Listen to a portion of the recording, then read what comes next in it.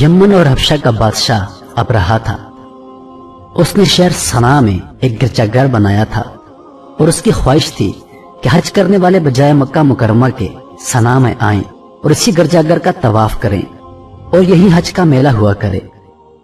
عرب خصوصاً قریشیوں کو یہ بات بہت ناگہاں گزری، چنانچہ قریش کے قبیلے بنو کنانہ کے ایک شخص نے آپے سے باہر ہو کر صنعاء کا سفر کیا اور ابرہا گرجا گھر میں داخل ہو کر پیشاب پخانہ کر دیا اور اس کے در دیوار کو نجاست سے آلودہ کر ڈالا۔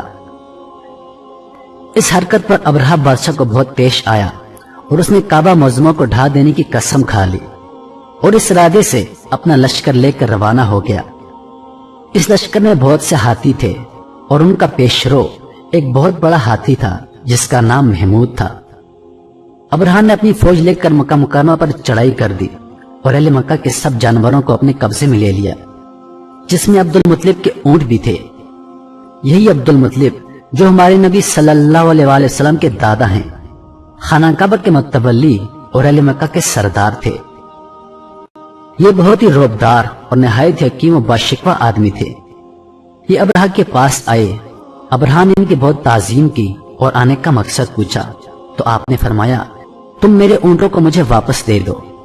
یہ سن کر ابرہا نے کہا، مجھے بڑا تعجب ہو رہا ہے کہ میں تو تمہارے کعبہ کو ڈھانے کے لیے فوج لے کر آیا ہوں جو تمہارا اور تمہارے باپ دادا کا ایک بہت مقدس اور محترم مقام ہے۔ آپ نے اس بارے میں مجھ سے کچھ بھی نہیں کہا، صرف اپنے اونٹوں کا مطالبہ کر رہے ہیں۔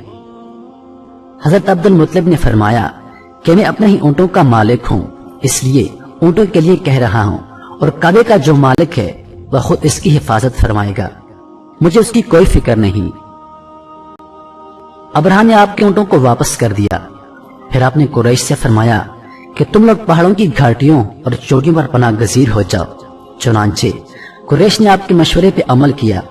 اس کے بعد حضرت عبد المطلب نے کعبے کا دروازہ پکڑ کر بارگاہ الہی میں کعبے کی حفاظت کے لیے خوب رو رو کر دعا مانگی۔ ابرہا نے صبح ہوتے ہی لشکروں کو لے کر کعبہ پر دھاوا بول دینے کا حکم دے دیا اور ہاتھیوں کو چلنے کے لیے اٹھایا، لیکن ہاتھیوں کا پیشرو محمود جو سب سے بڑا ہاتھی تھا وہ کعبہ کی طرف نہ چلا۔ جس طرف اس کو چلاتے چلتا، مگر جب خانہ کعبہ کی طرف اس کو چلاتے تو وہ بیٹھ جاتا۔ اتنے میں اللہ تعالیٰ نے سمندر کی جانب سے پرندوں کا ایک لشکر بھیج دیا۔ ہر پرندے کے پاس 3 کنکریاں تھیں، 2 پنجوں میں اور 1 چونچ میں۔ ابابیلوں کے اس لشکر نے ابرہا کی فوجوں پر اس زور کی سنگباری کی کہ ابرہا کی فوج بدحواس ہو کر بھاگنے لگی، مگر کنکریاں گو چھوٹی چھوٹی تھی لیکن وہ گہرے الائی کے پتھر تھے۔ پرندے جب ان کنکریوں کو گراتے تو وہ سنگریز سے فیل سواروں کے خود کو توڑ کر، سر سے نکل کر، جسم کو چیر کر، ہاتھی کے بدن کو چھیدتے ہوئے زمین پر گرتے تھے۔ ہر کنکری پر اس شخص کا نام لکھا تھا جو اس کنکری سے ہلاک کیا گیا۔ اس طرح ابرہا کا پورا لشکر ہلاک و برباد ہو گیا اور کعبہ معظمہ محفوظ رہ گیا۔ یہ واقعہ جس سال وقوع پذیر ہوا اس سال کو اہل عرب عام الفیل یعنی ہاتھی والا سال کہنے لگے، اور اس واقعے کے 25 روز بعد حضور صلی اللہ علیہ وآلہ وسلم کی ولادت ہوئی۔ اس واقعے کو اللہ تعالیٰ نے قرآن مجید میں بیان فرماتے ہوئے ایک سورہ نازل فرمائی جس کا نام سورۃ الفیل ہے، جس کا ترجمہ ہے، اے محبوب، کیا تم نے نہ دیکھا تمہارے رب نے ان ہاتھی والوں کا کیا حال کیا؟ کیا ان کا داؤں تباہی میں نہ ڈالا اور ان پر پرندوں کی ٹکڑیاں یعنی فوجیں نہیں بھیجی کہ انہیں کنکر کے پتھروں سے مارتے تو انہیں کر ڈالا جسے کھائی کھیتی کی پتی یعنی بھوسا۔